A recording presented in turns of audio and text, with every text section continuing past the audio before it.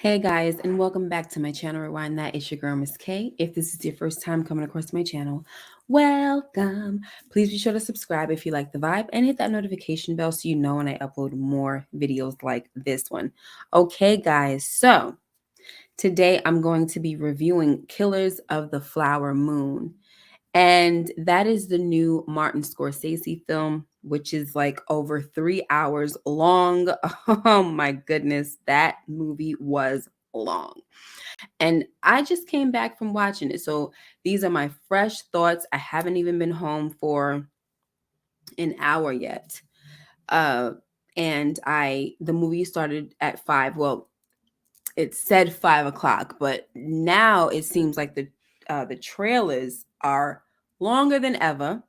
And I'm looking at my phone and it says 5:26 and we're still watching movie trailers, okay? Other movie trailers. And I'm like, "Oh my gosh, like this is crazy." So I believe the movie probably started around 5:30 and we were done minutes to 9.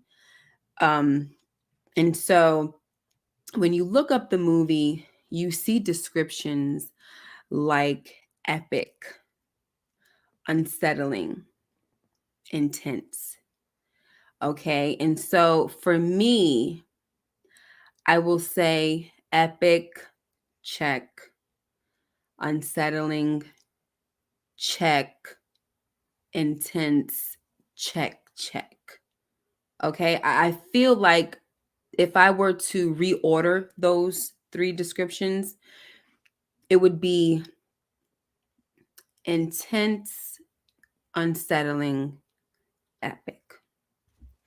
So, Killers of the Flower Moon is based on a true story. It's the massacre of the Osage Indians in the early 1920s. Okay. And it's the new Martin Scorsese film, if I haven't said that yet. The fact that it was done by Martin Scorsese made me go running to the theaters. I hardly watch movies in the theaters anymore. I wait till stuff, you know, gets onto the streaming services and I'm good. Like, I don't need to be in the movie theater, especially after today or earlier today when these people came with their dog. And I was like, are you kidding me? How does this happen? And, maybe it was a service dog, maybe it wasn't, but the person didn't appear to have anything wrong with them. But anyway, nowadays they got dogs for emotional support, but neither here nor there, guys. Okay, let's I digress. I like to be home to watch movies. Okay, the worst part about sitting through this movie was having to hold my pee. All right, sorry if that's too much information, but I'm just being honest. Okay, like I had to hold it, and then I couldn't take it anymore, and I had to go to the bathroom. Okay, because like the movie was long. Okay, and yeah, but I'm not gonna say, oh, I can't wait till this movie is over, but it was long. Okay, now it stars Leonardo DiCaprio, who plays Ernest Burkhart. We have the incomparable Robert De Niro, who plays William Hale, aka King Hale. Okay, he is the uncle of Ernest Burkhart, and Ernest Burkhart was coming home from, I believe, a war and or the military, and um, I think they allowed him to leave because he got hurt or something happened with his stomach. And so when he goes to Osage country, his uncle is like the king of the hill, king of Osage Hill.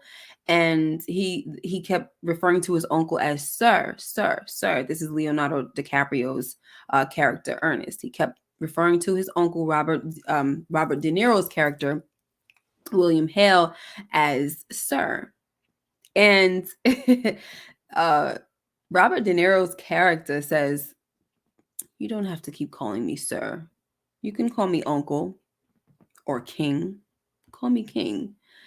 And Ernest was like, king? I'm telling you, the exchange, though, between Ernest and King Hale was everything. I mean, I was here for the exchange. I was here for the words. I was here for their dialogue. It was very, very entertaining. Okay. And so we also have Lily Gladstone, who plays Molly Burkhart. She is an Osage Indian who marries Ernest. Okay. He so called falls in love with her. Um, but we find out, guys, that the whole purpose of these white men in Osage country is to marry these. I think they kept calling them pure blood Osage Indians, and which meant that they had land or they had a fortune. Okay, I don't really want to say land, but they had a fortune behind them. Okay, and so if something were to happen to these women, the fortune would be passed down to the children. And if the husbands do not make sure that they have the head rights, then it won't be passed down to them. So King Hell was making sure that these white men, he was schooling them and letting them know, especially his nephew Ernest, that you need to make sure that you have the head rights, or else the money is not going to go to you. It's going to go passed down to the children, or it's going to go to the next of kin and things of that nature. So, unfortunately, an Osage man, mysteriously gets shot and deleted. And then, not too long after that, Anna Brown dies as well.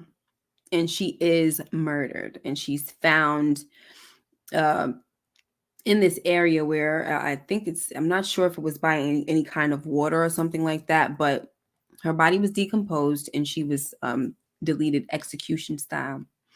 And Anna Brown is the gun-toting sister and the wild child of Molly Burkhart, the mother's favorite and all of that, okay?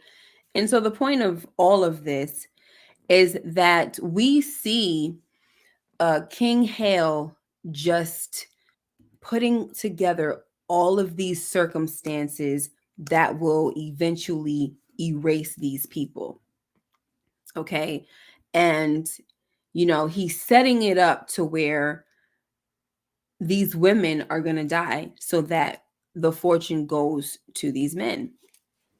And I'm looking at these ladies and I'm looking at these men and I'm just like, why are they marrying them? Normally if you're rich or you're well to do, especially back in the day, when you marry someone who is of the same type of background. You know what I mean? Who has something to offer. And what I kept noticing is that these men had absolutely nothing to offer. And I was just like, why are they marrying these men? They're basically poor and you don't see them doing any type of labor. Okay. And so let's just talk real quick about the Osage Indians. Okay. So we get to see that these people are rich. Okay. As we watch the movie, they describe these people as the richest people per capita. And you see them with these jewels and these furs and like I mean they're like the kings and queens of their own little town, the Osage country. You've got them being served by white people. Their chauffeurs are white, their maids are white. I mean, I'm like, whoa. And it was giving me Tulsa vibes, Tulsa, Oklahoma, Black Wall Street vibes. And the funny thing about it is I got these vibes as I'm watching these rich Indian folks. And later on in the movie, we see King Hale at the movies and he's watching like this story or maybe even a documentary on the Tulsa riots. And it's just like, is that giving him some kind of idea? You know what I'm saying? Because at this point, he's already started with the idea of taking out these people. So it's already in his mind, you know. But I just was looking at it like, I wonder if he's looking at the Tulsa riots and kind of getting an idea to, get rid of these rich people, these rich Indians, you know. But it was just an amazing story. But at the same time, you know, it felt really it was just a lot of sadness. It was so much grief, and we're just watching a lot of mourning and a lot of wailing. And it just seemed like this lady, Molly Burkhart, who was married to Ernest Burkhart, it seems like ever since she married him, just hell came to her family. You know, the one sister died and she was married to a white man. I forgot what his name was. But she was always crying, and I'm like, why is she always crying? Next thing you know, she was dead, right? And that was the first sister to die. Her name was Minnie. And then we find out that they were saying she had like the wasting disease or wasting illness, they were calling it. So it's definitely hinted at that they were poisoned.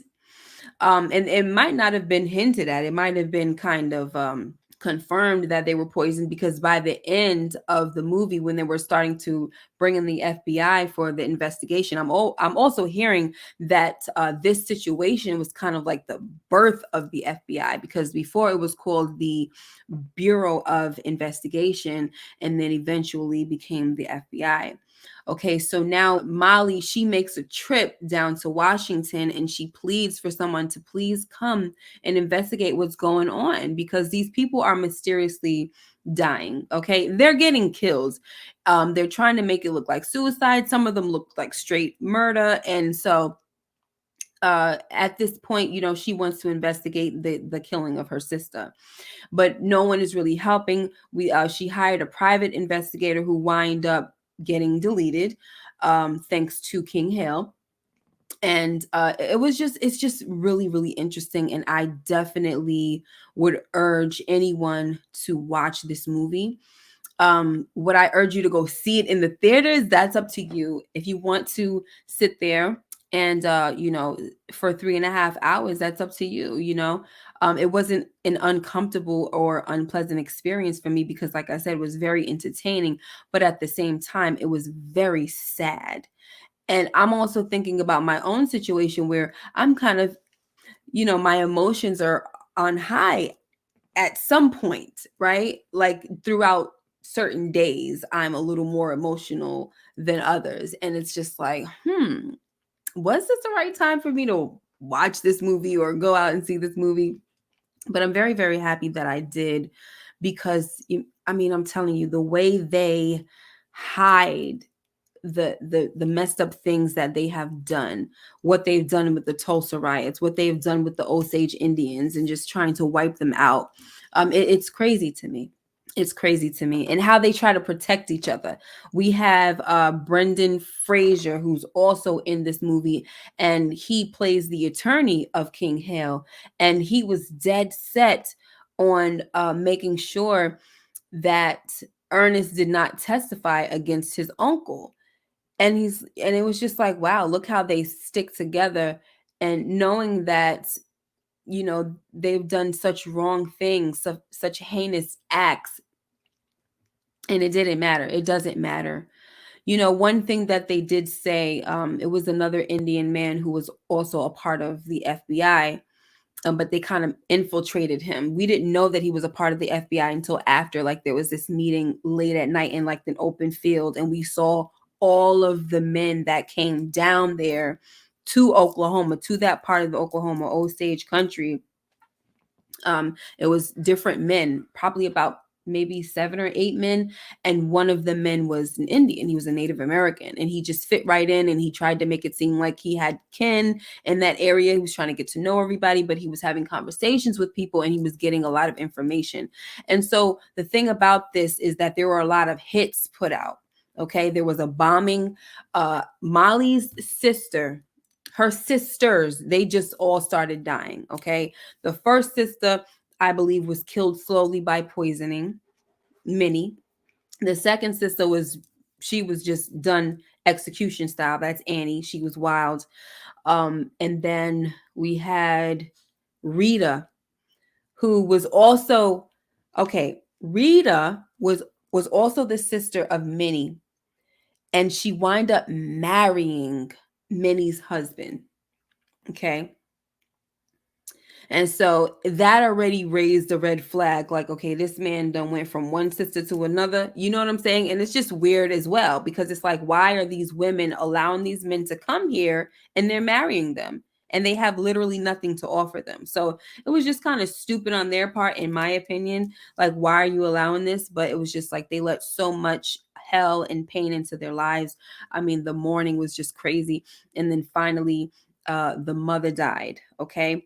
And Molly was kind of like, she was the survivor after her family. Her father, who we never saw, he was already dead by the time the movie started.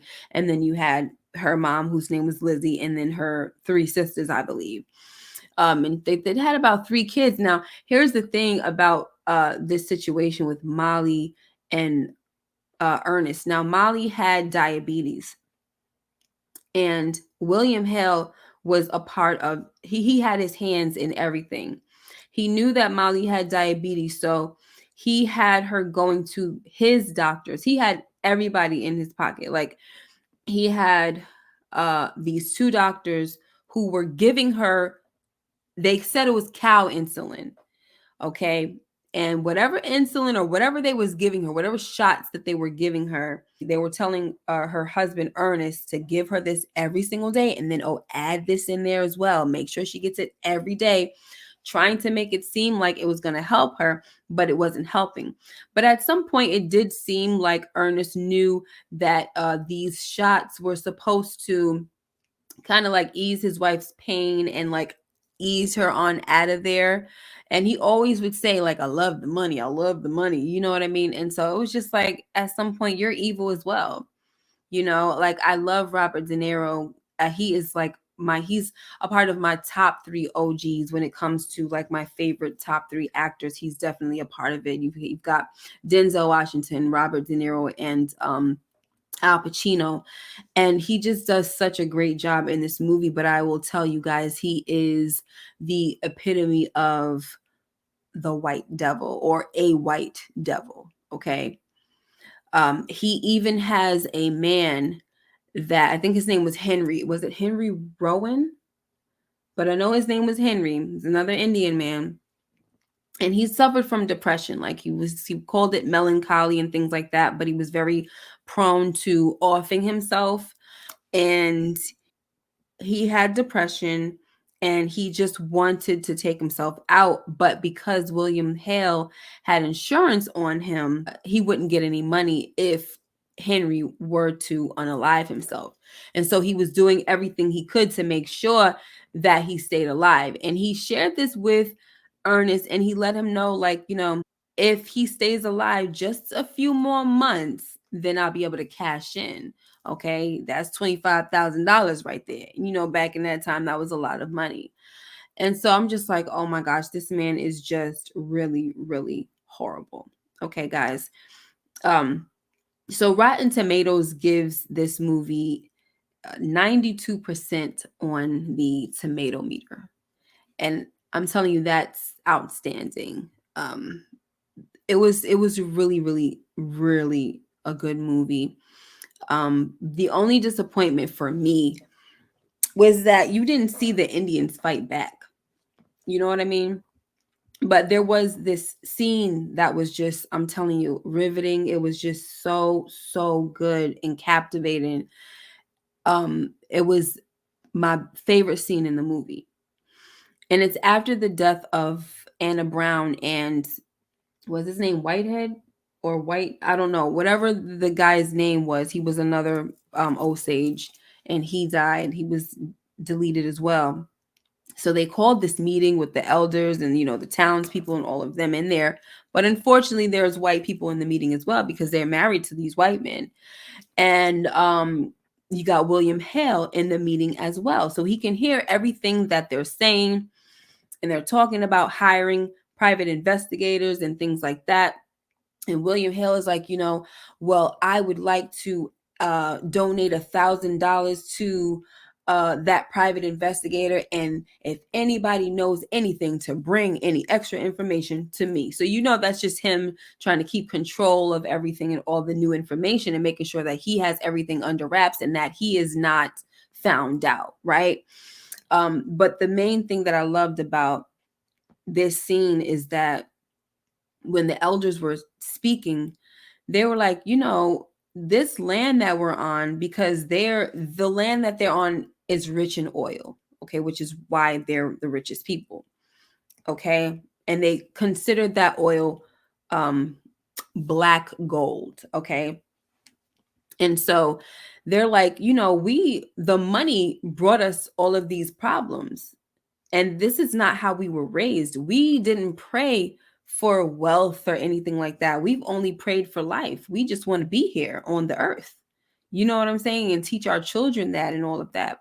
Now that we got this money, the money has come with a lot of trouble, and these white men are the problem. And our women are marrying them. And they started to talk about how I know Lizzie, the mother of Molly, started to talk about how her daughters were the problem because they were marrying the white men, and they were watering down their race, and they're kind of like diminishing the Osage by marrying these white men. And once again, I was just wondering why, like, what was so special about these men? A lot of times when people come to America from different countries, they feel like they should marry a white man, of course, or marry white because they feel like that's the best course of action, or that's the best thing you're going to get, and maybe because they have more to offer. But in this case, they didn't have anything to offer, okay? And in the meeting, the chief or the head, the elders, they were saying these men are like, they're bums. Like, he literally said the word bums. He said they don't do anything. They're bums. They're just here to marry our girls for the money. And I'm just like, the crazy thing about it is they're saying all this truthful stuff, but nobody was changing anything. The saddest thing is that, he pointed out that we don't know who our friends are. We don't know who we can trust. He said back in the day, we would fight, and we would basically go to war with our enemy, and we could see who our enemies are. But now we don't even know who they are. And it's sad because it's like you got people like William Hale smiling in their faces, learning their language and stuff like that while he's plotting to take over. And he tells his nephew, oh, the Osage are the most beautiful people on the earth. Meanwhile, he's plotting against them and also telling him in another breath that their time is coming to an end. And they're sickly and weak in all of this. Okay. Now, as the investigation comes to a head, we meet one man who tells them, listen, I never wanted to say anything because I was always told that if I say something, I would get deleted. I would be getting taken out. But I'm old now, so I don't care. I'm going to tell you who did it. So he straight up told who killed Anna Brown and who he saw her leaving with, right? Leaving like this party with. But he also told the FBI agent that there was this experiment going on where they were giving cows poisonous alcohol. Okay. And so that's probably, what they were giving to many and what they were giving to a lot of other Osage. In the very beginning of I don't want to say the very beginning, but it might as well, since the movie was so long, it might as well have been the very beginning, probably the first 10 to 15 minutes of the movie. There were a few deaths that had taken place, and you would hear a voiceover say, such and such, 25 years old, no investigation. Such and such, 40 years old, no investigation. So there were a lot of people dropping like flies, Osage people that were dropping like flies, and there was no investigation. And so finally there was an investigation, and I'm happy about that part. But like I said, I was disappointed that we didn't see an all-out war, like, straight up brave warriors coming through, Indian warriors coming through and tearing folk up. But like they said, back in the day, that's what we would have done. But now we just don't know where it's coming from. We don't know who's doing what. You know what I'm saying? It's a different time now. Before they came very boldly. Now they're snaking us. So, yeah, man, listen, by the end of the movie, they wrapped it up with this you know how normally if you're watching a movie that's a true story, it'll tell you in words how, who got time, who went to jail for what, this and that. It'll tell you the aftermath. Well, instead, what they did was they had like some type of play, and they had the people in front of the mics, and then they had the sound effects going on, and they were telling you how their stories ended. They told you what happened with Ernest Burkhart, how he got life in prison, and how King Hale, William Hale, got life in prison, but how he got out on good behavior and all of this stuff, and so did Ernest Burkhart. And it's just like, you know what, at the end of the day, what the heck did I expect when one of the biggest races in the world was behind this whole situation? As far as I'm talking about J. Edgar Hoover. Okay. When I found out that he sent those men down to investigate, it was just like, well, you already know that this ain't really going to be no real justice. You know what I'm saying? These men should have been in jail for life. Forget about good behavior. You don't get out for good behavior. If they were a different color, that wouldn't have worked. So why is it working now? You know what I'm saying? So that's that with that situation. Now for Molly, she winds up dying. They said in the movie she died of her diabetes.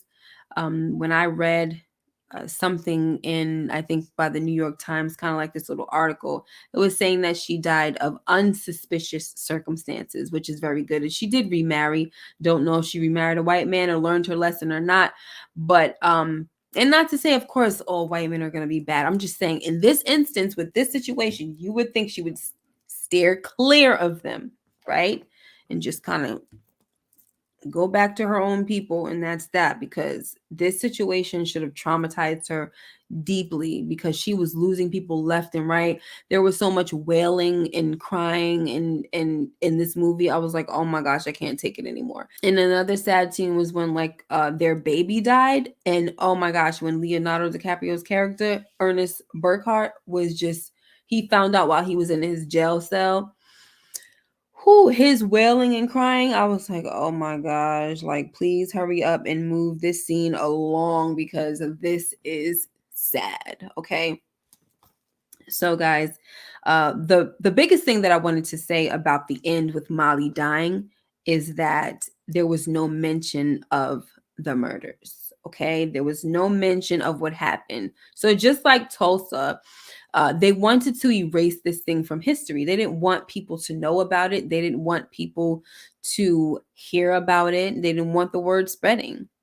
This is how they do. They have done these things to people of color, and they have tried to erase it from history and sweep it under the rug. So they did it in Tulsa, but things started to resurface.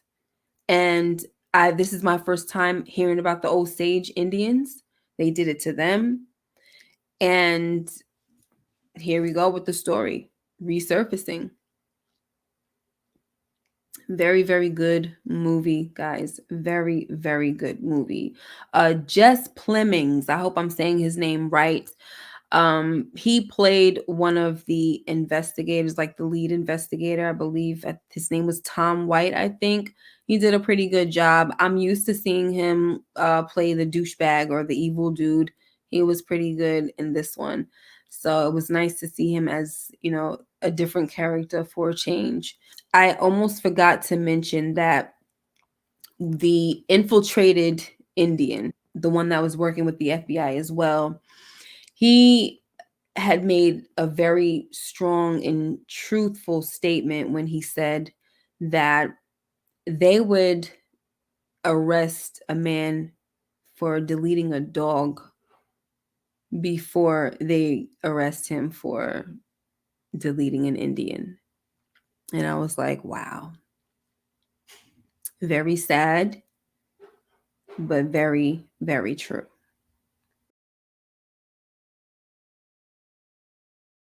So let me just elaborate real quick on the seriousness of this manipulation that King Hale had on Ernest. In the beginning, when we see Ernest meet his uncle, he asked him if he was smart. Okay. And, as the movie goes along, and even in hindsight now, I'm realizing that this wasn't a question to really be answered in the way of, him wanting him to be smart per se. I think he was really trying to just see where he was mentally, and just as far as how much he could be manipulated. He did tell him, don't be fooled by how silent the Osage are. Like, they're very quiet people. And just because they're quiet doesn't mean that they're dumb, you know what I'm saying? Or that they're not thinking certain things. They don't talk a lot. But when they speak pretty much wisdom. I'm probably paraphrasing, but you get the point. So, Ernest's response is, "Oh no, sir, no, I ain't thick, sir, I ain't thick, like I'm smart and stuff like that." And we hear him say this throughout the movie. I ain't thick, I ain't thick. You think I'm thick? Things like that. And in reality, he really was thick, okay? Thick in the head, pretty dumb guy, especially to not realize how seriously manipulated he was being by his uncle. I mean, his uncle was even pissed off at the fact that Molly gotten pregnant again. It's just, he's like, I mean, it's hard not to make love to my wife, you know what I'm saying? And the fact that they were making her sick. So, King Hale is thinking, like, how you got time to be trying to have sex with this lady and she's sick, you know what I'm saying? Or we were definitely trying to kill her here. But anyway, I say all that to say that I just thought that was very funny to hear Ernest always say he wasn't thick. Meanwhile, he's like letting his uncle just fool him into killing his wife and all of that. Now, Ernest was definitely not innocent, because even if he was being manipulated into doing these things, he still knew that what he was doing was wrong. Okay, taking your wife's family out is wrong, right? And he knew it. Okay, and then the jobs were being botched and all this, like, it was just ridiculous. It was just a circus. I mean, a big joke, you know what I'm saying? And for King Hale to know that his nephew is not that smart and put him in charge of certain things and certain hits was kind of stupid himself, but I think for him, he wanted him to be smart enough to be able to carry out certain tasks, but still be slow enough not to realize that he was being manipulated. Okay. And, Ernest would always say how much he loved his wife, but he still allowed his uncle to convince him that giving these poisonous injections to his wife was a way of putting her out of her misery. Like, she gonna go anyway. It's just a matter of time, So just think of it as you're putting her out of her misery, or you're ending her suffering, things like that. And it's just like, for someone to say that they love their spouse and then to allow someone else to come along and say, hey, I mean, she's already suffering. You might as well be, putting her out of her misery, this and that. I mean, there should be nothing that would make you want to further push your spouse into the ground. You know what I'm saying? Like, you would be trying to do everything you can to keep them comfortable, but also keep them alive. So I mean, that's just my opinion on the matter. Of course, there's people that don't want to see their loved ones suffering, but he also knew, and when I say he, I'm talking about Ernest, he also knew what his uncle was doing. Like, he saw the pattern. Okay. Well, we saw the pattern, at least, right? Because remember, I am making a point that Ernest is a stupid guy. So the pattern was that we are taking out all of Molly's family. Her mother's gone, the father's gone, okay? But we don't know how the father died. Well, at least I don't remember how he died. I remember they said he died, right? But we got to take out the whole family. The sisters' husbands, then any all of that. And then the other sister Anna who had died, they found out that she was pregnant. So they were definitely not going to allow her to get married to somebody or have an heir, or they were just going to get rid of everyone. And so for Ernest not to see this pattern, okay, my uncle has made this whole plan to take out Molly's whole family, and then I'm supposed to be made the person to have the head rights. Now he's telling me to poison my wife. Like, why wouldn't a light bulb go off in his head? You know what I'm saying? Like, why aren't you seeing that it's not about taking your wife out of her misery? It's about just killing her so that you get the head rights. And also, before long, we're going to make something happen to you so that King Hale gets it, because King Hale came up to him at one point and told him to sign some papers. He said, this is just in case something happens to you, this and that, sign these papers. And Ernest was like, what's going to happen to me, And he looks at his brother and he's like, did you sign these papers? And the brother said no, but King Hale tried to like interject before he could say anything. And he said, he ain't signed them yet, but he will sign them. You know what I mean? So it was just a whole thing, guys. So eventually we see the bigger plan for King Hale. He was going to use Ernest to take out all of Molly's family, make Ernest the person that had the head rights, but then also sooner or later take out Ernest so that he can have everything go to him. Okay, just like how it was when he had the insurance on that other guy. But the point is, once again, Ernest is stupid. Okay. But after everything was said and done, after their child died, that's when Ernest decided that he really wanted to just save his family and testify against his uncle and all the things that have transpired. And so when Molly wanted to speak to him in private, she asked him, did you tell the truth about everything? And so he says, yes, I laid everything out. My soul's clean, And she said, okay, so then what were you giving me?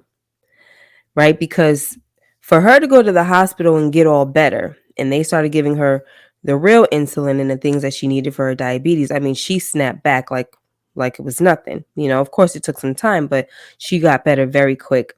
And she just wanted to know, like, what were you putting in the syringe? And he was just like, insulin, And so that was a lie. So he claimed that he told all the truths. But when it came to owning the fact that he was also playing a role in killing his wife, he didn't confess to that. And so I believe that that's the thing that made Molly say, you know what? I'm done with him.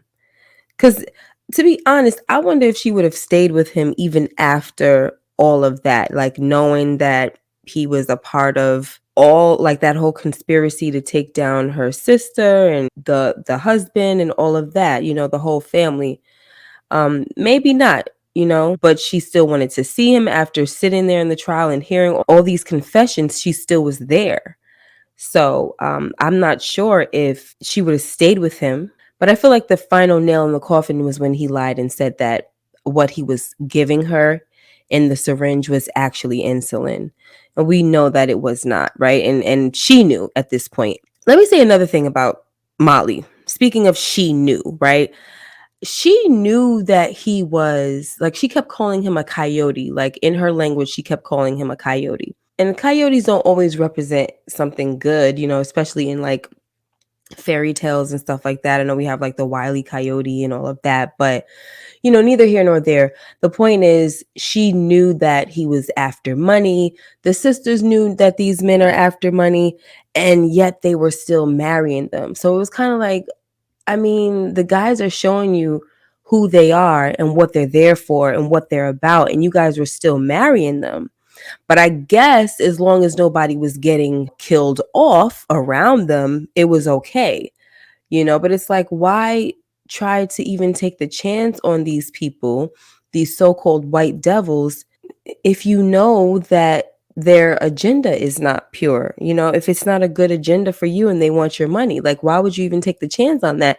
So I don't know if it was a little bit of naivete mixed in with the knowledge that they had, the knowledge of knowing that they wanted them for their money, but the ignorance of not understanding what they were capable of doing. You know what I'm saying? Like, you guys didn't know about what they did in the past, like what happened when the colonizers came over. Like, you guys don't have any kind of, y'all don't know nothing about that kind of history.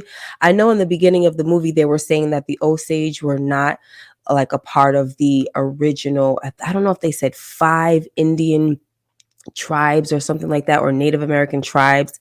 And I know they mentioned the Cherokee and some other tribes, that they were not a part of those civilizations.